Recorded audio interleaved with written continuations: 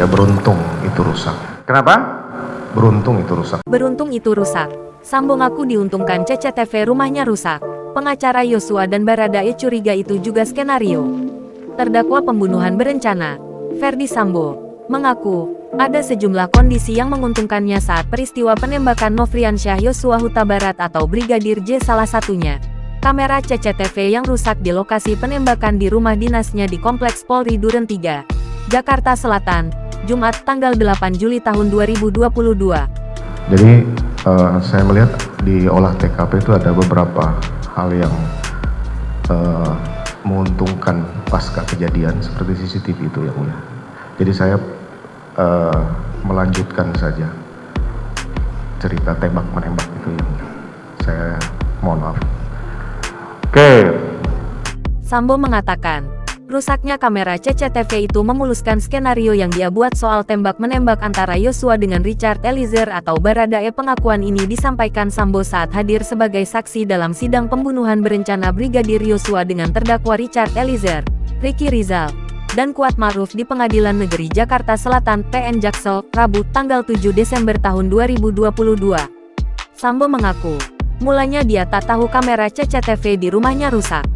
Mantan Kepala Divisi Profesi dan Pengamanan Kadif Propam Polri tersebut bilang, baru mengetahui CCTV rusak setelah penembakan Yosua.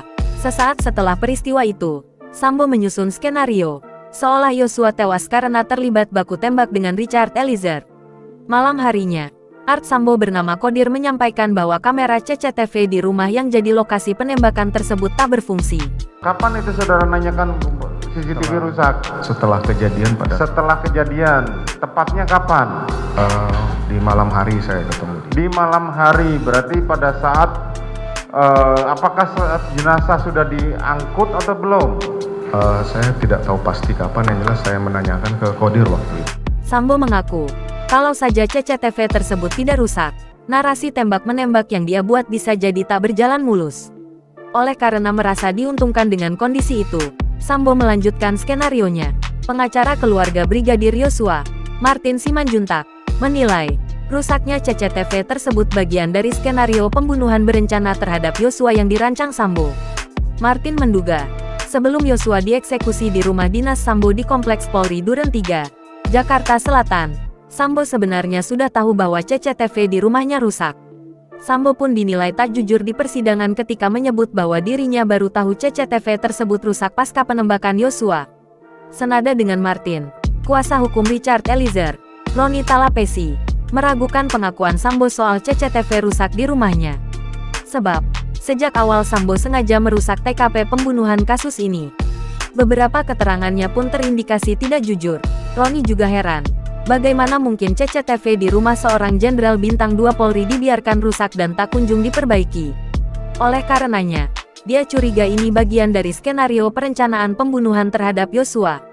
Atas perbuatannya, Richard Eliezer, Ferdi Sambo, Putri Chandrawati, Ricky Rizal, dan Kuat Ma'ruf didakwa melanggar pasal 340 KUHP subsidiar pasal 338 KUHP Jo pasal 55 ayat 1 pertama KUHP Jo pasal 56 pertama Kitab Undang-Undang Hukum Pidana KUHP.